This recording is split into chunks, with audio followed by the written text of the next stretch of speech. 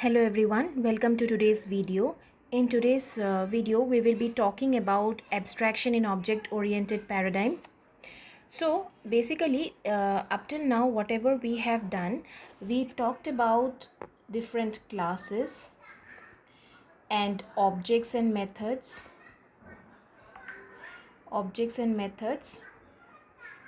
We have also talked about inheritance, which is basically your is a type of a relationship. We also talked about has a relationship,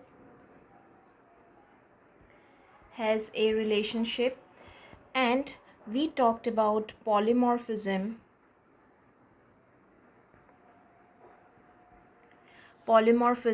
which deals with method overloading and method overriding concepts. So we have seen this with various programs also. So today we will be talking about, so this module, basically inheritance, has a relationship, and polymorphism, they are basically associated with the code reusability of a particular program. So now in today's video, we will be primarily concentrating on the other module, which deals with the security. So the security related to OOP basically deals with abstraction, data hiding. Abstraction is also known as detail hiding. So we will have to talk about this in details, or we will talk about this in details in today's video. So there is also another concept which is known as data hiding. Then there is encapsulation and tightly coupled classes. So these four components basically contribute to the security which is associated with any object oriented paradigm or object oriented program. Okay, so tightly coupled classes, so these are the four different modules which are associated with the security related to a particular program. Now going ahead with abstraction. So when we are talking about abstraction, so abstraction, as I already mentioned, it essentially deals with detail hiding. That means implementation hiding.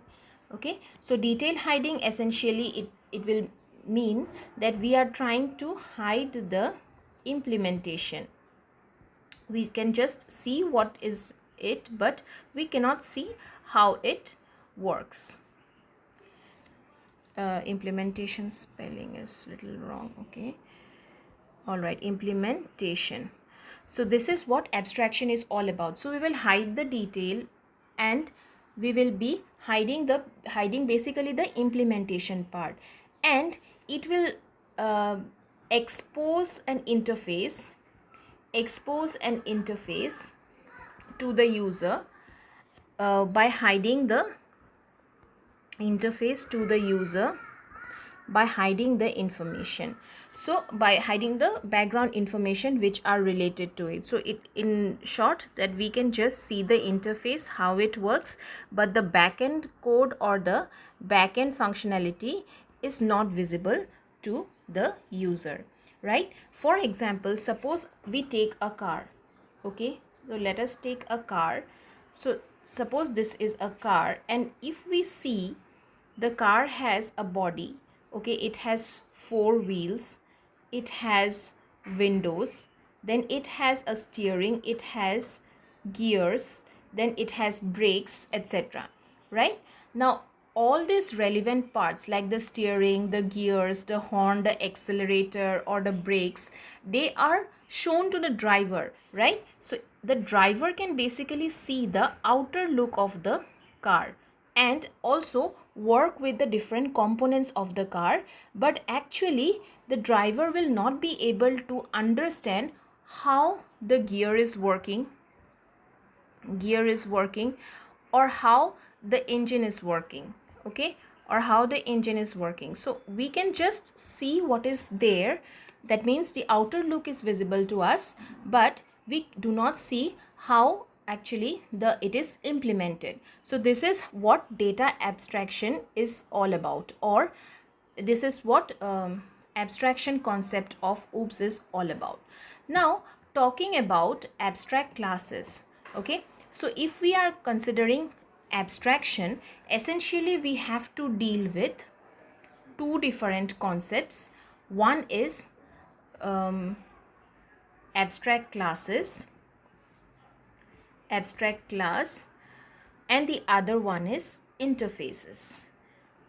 So today we will not be discussing about interfaces deeply. However, we'll talk about abstract classes in an elaborate manner. So these are the two ways by which we can achieve abstraction, or we can implement abstraction.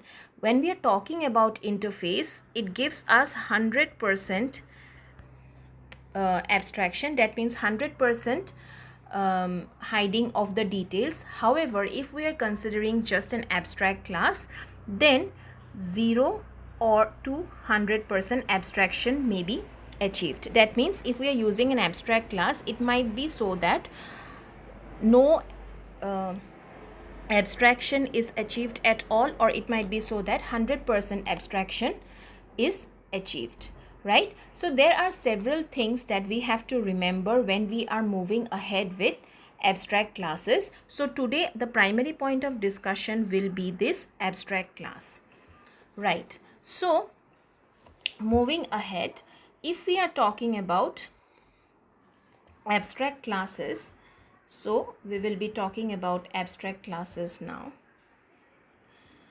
And if we are talking about these abstract classes, the first thing we have to remember that it ranges from 0 to 100% abstraction. Okay, now let us take the example of two vehicles. Let's say I have a car and I also have a bike, right? So car is a class and bike is a class. Bike is also a class. Now how many number of tires? Suppose the number of tires the car has is 4 and the number of tires the bike has is 2. And how does the car start? Of course, the car starts with a key. Okay, so let us consider a method which is there in the car class, and here it says that the car can be started with a key, right? So this will be printed when this particular method is called. Similarly, when I'm considering bike, so how does this bike start? Let's say system.out.println, it starts with a kick, right? So this is how a bike will start. So both this car and the bike will have the component as tire and the method start, but the method body has different content, or the method body is different for both the classes. Now, in order to associate abstraction to it, I will create a separate class. Let's say vehicle is the class. Vehicle is the class, and in this vehicle, I will simply be associating the variable as tires, but I will not be mentioning here how many number of tires, or I will not be initializing this variable, and I shall also declare the method here. But we have to remember that if we are creating an abstract class, essentially this particular class, or sorry, this particular method within this class should not be defined. Okay, so if we want to write this in a program form, then let us consider a class vehicle. Okay, I'll just move this little bit this side so that we have space for writing abstract. Okay, so I have a class vehicle, and within this what will I do is I will be considering integer tires, and here also I will be defining the method. Okay, so void start will be the method. So this is the class. Now when I'm looking into this particular example, now if I want to associate the vehicle to car and vehicle to bike, essentially this would behave as the parent class, and this needs to be inherited by both the classes. Okay, so when we are considering this, let us see that in this particular program. So when I'm considering this, essentially if I am considering this start method to be an abstract method, I have to associate the keyword abstract here, okay, in front of this method. So a method must always be declared in the abstract class, and or we can say that if a class is an abstract method, it should be declared as abstract. Okay, so first of all we have to understand that since I am using the start method here to be an abstract class, that means it will be shown to the user, but the underlying implementation is not should not be shown. Then this method has to be defined as an abstract method. Okay, and if any class has this abstract method within this, the class should also be declared as abstract. Okay, so let me use a different color here so that the keyword is reflected in a better way. So when I'm considering any method which needs to be abstracted, that means the user should see this but should not know how it works. So I have to associate this keyword abstract in front of that method. Now if any class has this abstract method, essentially that class also should be declared as abstract, right? But the vice versa is not necessary. That means if a class is already an abstract class, it might be so that it might not have an abstract method, it might have a concrete method. By concrete method I mean to say that the method can have the definition as well. That means I can define this method also here. In under that scenario I do not have to use abstract. That means if a class is abstract, an abstract method is not necessary. Abstract method is not necessary. Okay, it is not necessary. But if there is an abstract class, abstract method here, then the class also has to be abstract. So this is one of the important points that we have to remember. Now this abstract class will now be inherited by two different classes, which is the car and the scooter, right? So now we will declare write the other class. So let us consider the other one, which is class car extends vehicle. Class car extends vehicle. So when I'm doing this class car extends vehicle, so essentially now I will be writing the body of this class. So when I'm writing the body of the class, I can use whatever value I want to use in tires here. And we have to remember that whatever regular class or whichever class is basically extending an abstract class, that class must have to implement all the abstract methods of the parent class, or it has to be declared abstract as well. So if I am trying to extend the parent class, that means I have all the properties inherited in this particular class. Okay, and when I have it inherited in this particular class, that means I have to now implement or define the body of the abstract methods which are present in the abstract class. Now let us consider the method which is declared as abstract within the parent class. Okay, within the parent class. So here now I have to define it, otherwise it will throw me an error. Okay, so here what I'll write is, I will simply write system dot out dot println. So what should be it? The car starts with a key. Okay, so this is the definition of this particular method which is declared as abstract in the parent class. I have to define, or I have to implement the method which is declared as abstract in my regular class, which is extending the abstract class. If it is not doing, if I am not implementing it, or if I am not defining it, I will get an error. Similar is the case for the other one, which is class bike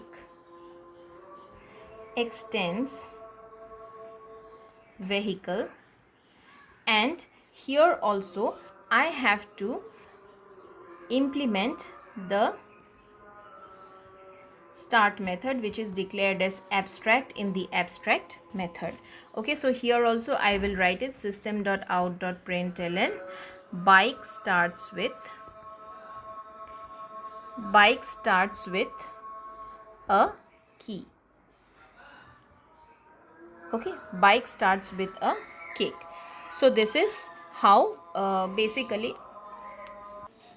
Now if you look carefully into both this particular methods that are extending the parent class vehicle, so you will understand that the concept of method overriding takes place here, because I have used both the methods with the same name as start, and the parameters are also same here. Moreover, they are existing in two different classes. So the abstract methods in an abstract class are meant to be overridden in the derived or concrete classes. Otherwise, this compile time error will be shown. If this is not overridden and if it is not defined, then we will get an error here, right? So if we are using the same method, I mean to say, if we are extending the parent class to a different class, then we have to make the abstract method as concrete method in the class which is extending the parent class. Okay, now here also if you see, it is extending the vehicle, that is the parent class, and here I am defining the start method here. Okay, and if I am using the start method, so you will see that the concept of method overriding is also it also takes place here. Okay, it is one of the exclusive or you can say that it is one of the inclusive properties of abstraction, right? Now talking about the next important point that we have to remember is that if we are considering an abstract class, okay, so if we are considering an abstract class, we cannot create any object. All right, so we won't be able to instantiate the abstract class. That means we will not be able to create any object class. Yes, so that means here we cannot create any object. Now this also has a reason behind this, because if I am supposed to create, or if I create an object of this particular class, that means using this object I will be able to call the method which is present inside the class. And if I can do so, that means I have to have a method body in order to execute that particular method. But since there is no method body for the abstract methods within the abstract class, that means that particular object is useless, right? So that is why this particular facility, or we are not supposed to instantiate the abstract class or create any object of the abstract class. So and now also there is another important point that we need to discuss here, which says that if a regular class extends an abstract class, then the class must have to implement all the abstract methods of the abstract parent class, or it has to be declared abstract as well. Okay, so this is the abstract method, and this abstract method has to be defined in the child class or the regular class that we have done. So or we will be doing. So these are some of the important points that we have to remember. That means while we are dealing with the abstract classes, that means firstly the abstract class, okay, so the abstract class must be declared with an abstract keyword, must be declared with the abstract keyword. Okay, so abstract keyword is a must. Even if we want to create an abstract method, or we do not want to create an abstract method, if we are generating an abstract class, we have to associate the abstract keyword. And this abstract class, it can have, so abstract class, it can have both abstract methods as well as non-abstract methods or concrete methods. So concrete methods where the method body is defined, and abstract methods are those methods which do not have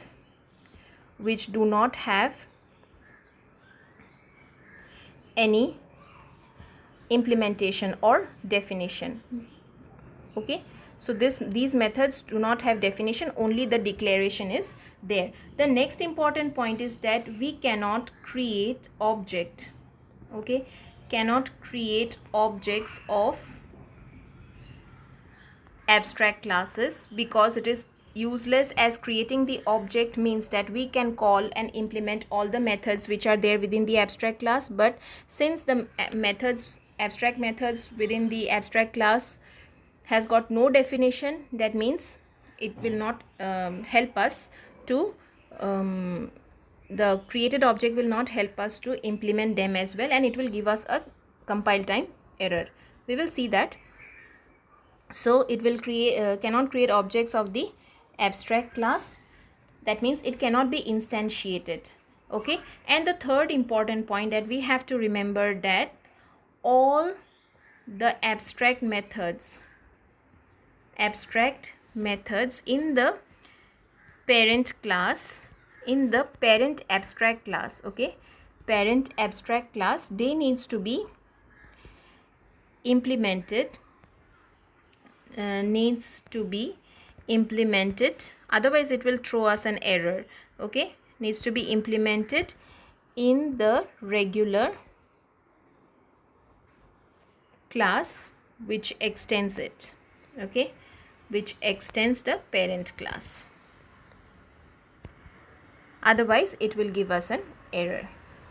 So these are the three important points that we have to remember while we are dealing with abstract classes. There are few other points which are associated to it. That means the abstract class can have both constructors as well as static methods also, and it can have final methods also, which will force the child class not to change the body of the method. So if we are having any concrete method within the parent class, and we do not want it to be changed in the child class or overridden in the child class, we have to associate the final keyword with those particular methods. So these are some of the points which are related to abstract classes, and we have already discussed that we can simply hide the implementation of any method, or we can hide the implementation or the details of any interface which is shown to the user using abstraction. And in order to facilitate abstraction,